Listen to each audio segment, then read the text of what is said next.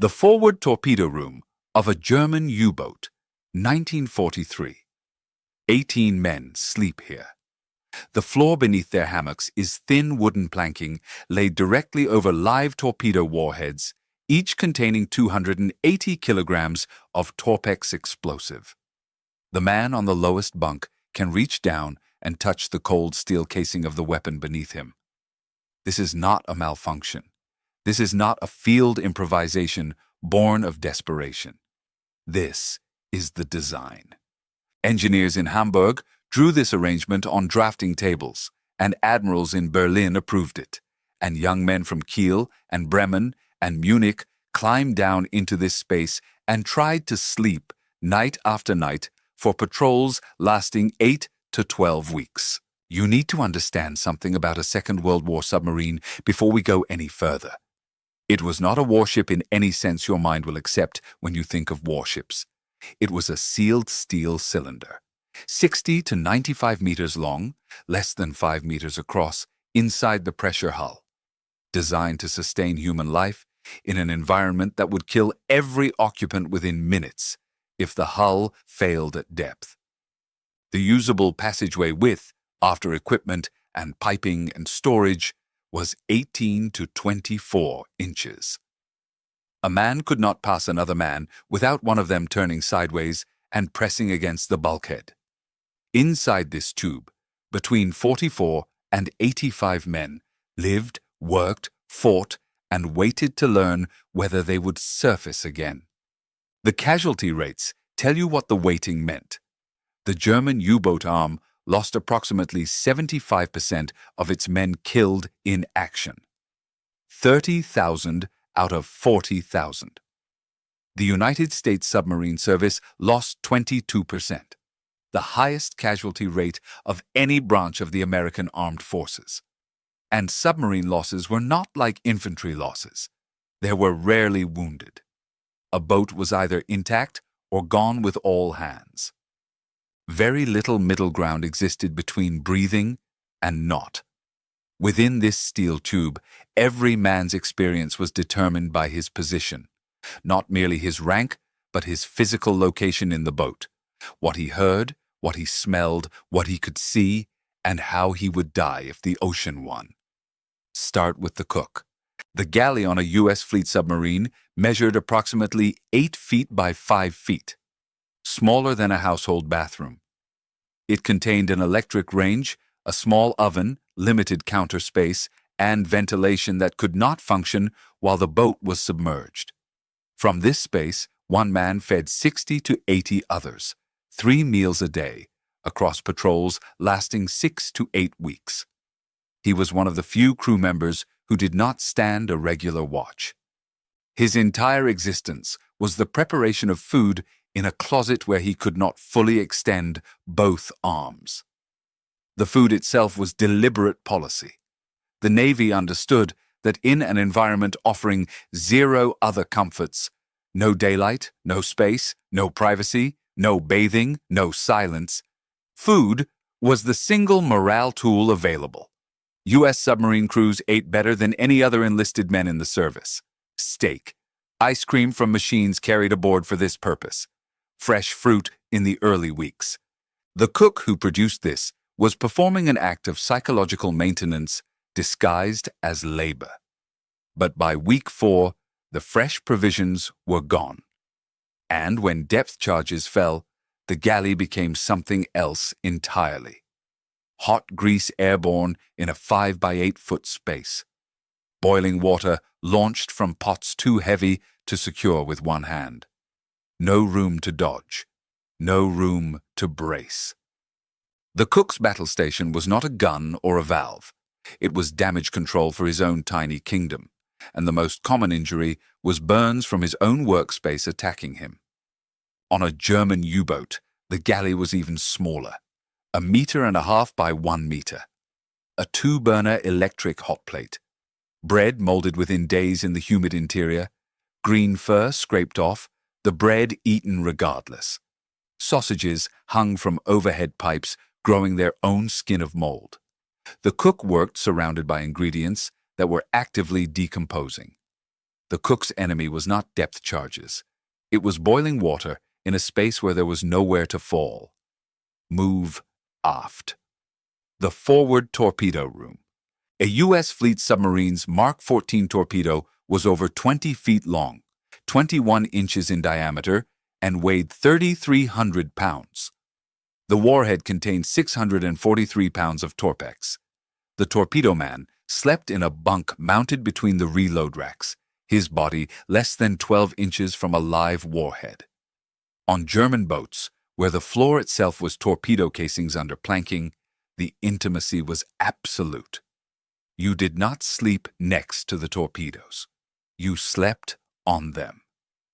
The reload procedure was medieval labor inside advanced technology.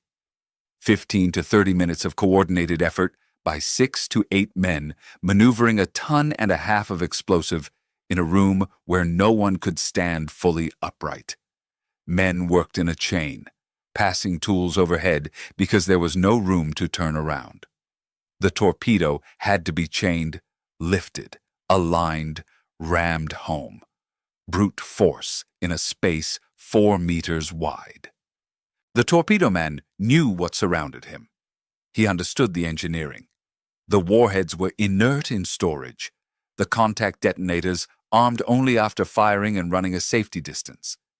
But understanding engineering is not the same as believing it at 3 in the morning when depth charges are walking closer, and the reload racks shift with each explosion, and you are lying in the dark, listening to 2,000 pounds of high explosive creak against its restraints 12 inches from your spine.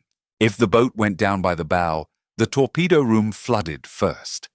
The engine room existed in a different sensory universe entirely.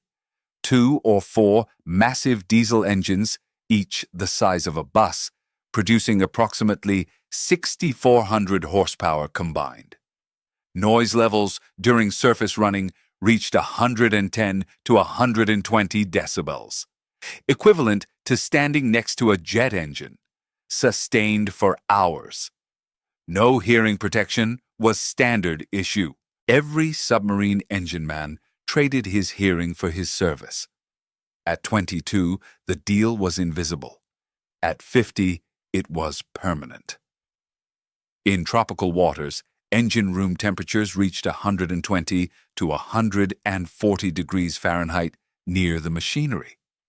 Enginemen worked in shorts and sandals, torsos slicked with sweat and oil, handling equipment that could crush fingers or scald flesh. When the boat submerged, the diesels died and electric motors took over from batteries below, and the battery compartment was its own particular hell. Lead-acid cells the size of large suitcases in a space too low to stand, producing hydrogen gas when charging. Explosive. And if seawater reached those cells, they produced chlorine gas. Lethal.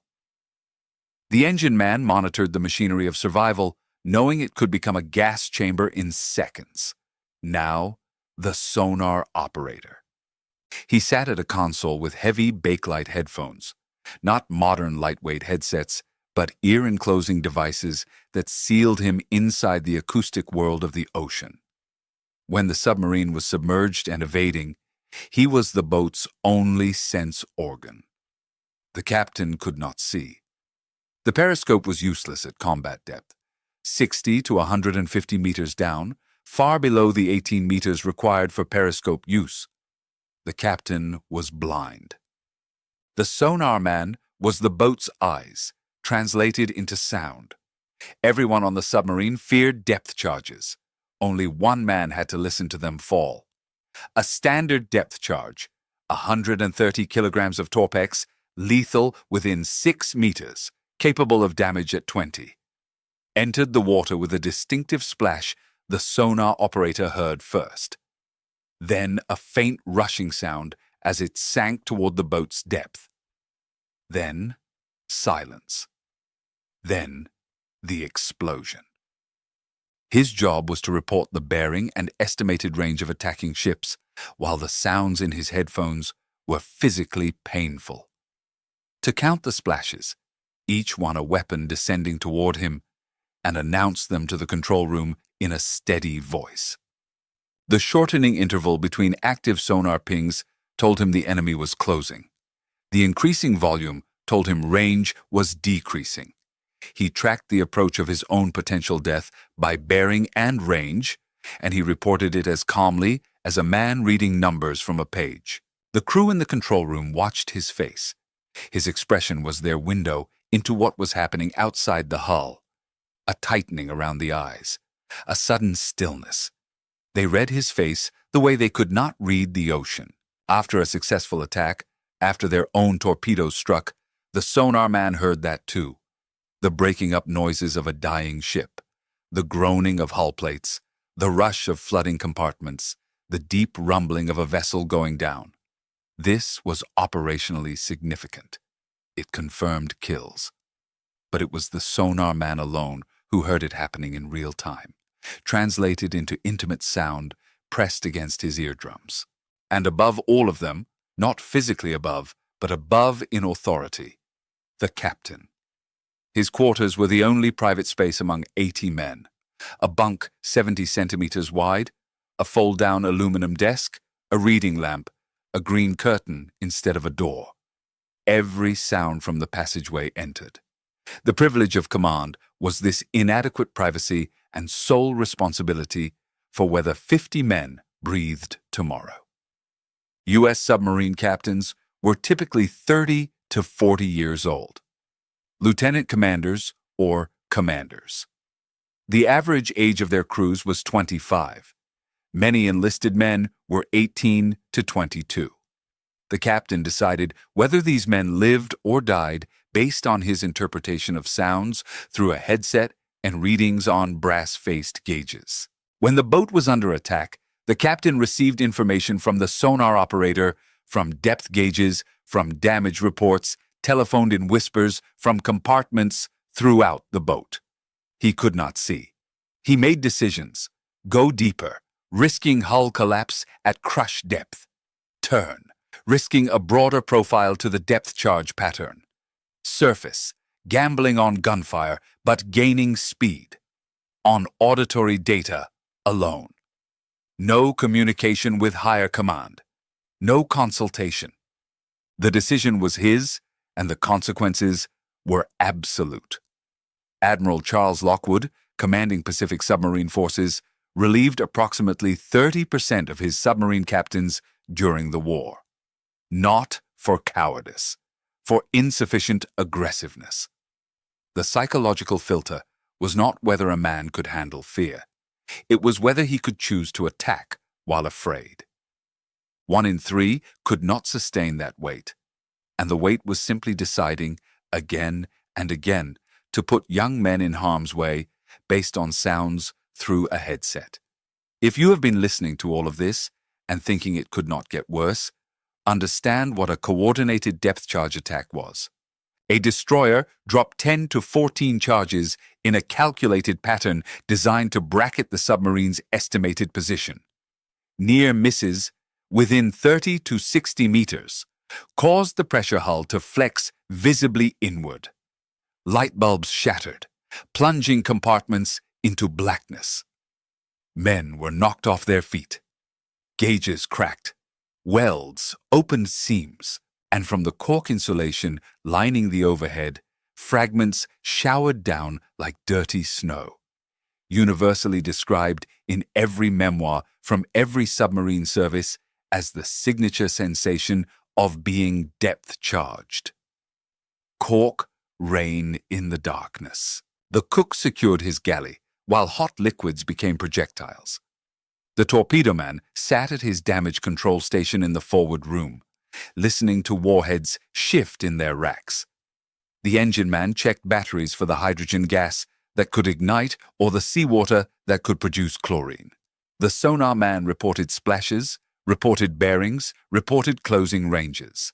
The captain gripped an overhead pipe and gave orders in a voice deliberately, carefully calm, because the crew took their emotional cues from his apparent composure, and if the captain's voice broke, something inside the crew would break with it. Lothar Gunther Buchheim, The war correspondent who sailed aboard U-96 and later wrote the memoir that became Das Boot documented something particular. During a severe depth charging in the Atlantic, the crew in the forward torpedo room began involuntarily weeping, while simultaneously performing damage control. Tears running down the faces of men who were competently stopping leaks and checking warhead security. The body expressing what discipline would not permit the voice to say. These attacks lasted hours. The longest documented sustained attacks ran 12 to 20 hours. During this time, the crew could not make noise. Felt-soled shoes, whispered commands, dropped tools forbidden because sound traveled through water to enemy hydrophones. They could not run machinery to refresh the air. They could not surface. After 14 hours submerged, the air itself became the enemy. A chief engineer's log from a U-boat records that crew exhalations were visible as mist in the cold compartment. The air felt, in his words, thick as cloth. 2 men lost consciousness in the engine room. A lit match would not hold flame. This was the informal test. When a match would not light, the air was failing. The enemy was not only outside the hull, it was the atmosphere inside, thickening toward poison with every exhalation from 50 pairs of lungs. If someone in your family served on submarines, a grandfather, a great-uncle, someone whose name you know, but whose war you have never fully imagined, consider what I have just described. Consider that they lived this way for weeks at a time, multiple patrols across years of war. Consider that if they came home, they likely said very little about it. The men who lived inside these steel tubes were not given to lengthy explanation. If you still have the chance to ask, ask. If you do not, sit for a moment with the knowledge of what they carried in silence. There is one more thing that must be said, because it defines the particular cruelty of the American submarine war in its first 18 months. The torpedoes did not work. The Mark 14 torpedo suffered from at least 3 major defects. It ran 10 or more feet deeper than set. It detonated prematurely. Its contact exploder failed on impact. American submarine crews, men who had endured everything I have described, who had maneuvered into attack position at the risk of their lives, fired weapons that were mechanically incapable of success. 800 torpedoes with unacceptable failure rates. The Bureau of Ordnance in Washington denied the problems for over a year, despite field reports from commanders who were watching their torpedoes pass harmlessly beneath targets or strike hulls and fail to explode. American submariners in 1942 were the only combatants in the war whose own weapons were statistically more likely to fail than succeed. Men died on attack runs that were impossible. Not because the enemy was too strong, because their own navy had given them weapons that did not function and refused to believe it. Now hold all of this in your mind. The cook in his closet, the torpedo man on his warhead, the engine man trading his hearing, the sonar man listening to his own death approach, the captain deciding in blindness, the air thickening, the cork raining down. And understand the moment of surfacing. After 12, 14, 20 hours. The order given. The boat rising. The conning tower hatch cracking open. Fresh salt air flooding down into the fetid interior. The first man up the ladder, usually the captain, hit by wind and spray and the vast openness of a night sky after hours of steel pressing close on every side. Below, men taking deep gulping breaths as clean ocean air circulates through compartments that had been slowly suffocating them. The diesel engines coughing to life as air floods the intakes. The most luxurious moment in submarine warfare required no technology, just a hatch opening and the ocean air flooding a space that had been slowly killing its occupants. This is what those men knew. 3 out of 4 German submariners did not survive to feel that air again. 1 in 5 Americans did not. The men who served in these boats, from the cook at the bottom to the captain at the top, inhabited the same 60 meters of steel, breathed the same thinning air, heard the same explosions closing in. What differed was what they knew, what they heard, what they decided, and what they carried afterward in the particular silence of men who have lived inside a machine designed to kill them as readily as it killed the enemy. The boats that survived are mostly gone now. A handful preserved as memorials. You can walk through USS Drum in Mobile, Alabama, or USS Bowfin at Pearl Harbor, or U-505 at the Museum of Science and Industry in Chicago. Walk through one. Stand in the forward torpedo room. Measure the space between the bunk and the warhead with your hand. Stand in the galley and extend your arms. Sit at the sonar station and put your back against the bulkhead and close your eyes and imagine the sound of splashes overhead, one after another, and your voice saying, bearing, range, closing, while the cork begins to fall. The men who did this were not a different species. They were 22 years old, and they were afraid, and they did it anyway. Watch after watch, patrol after patrol, in a steel tube 60 meters under the sea.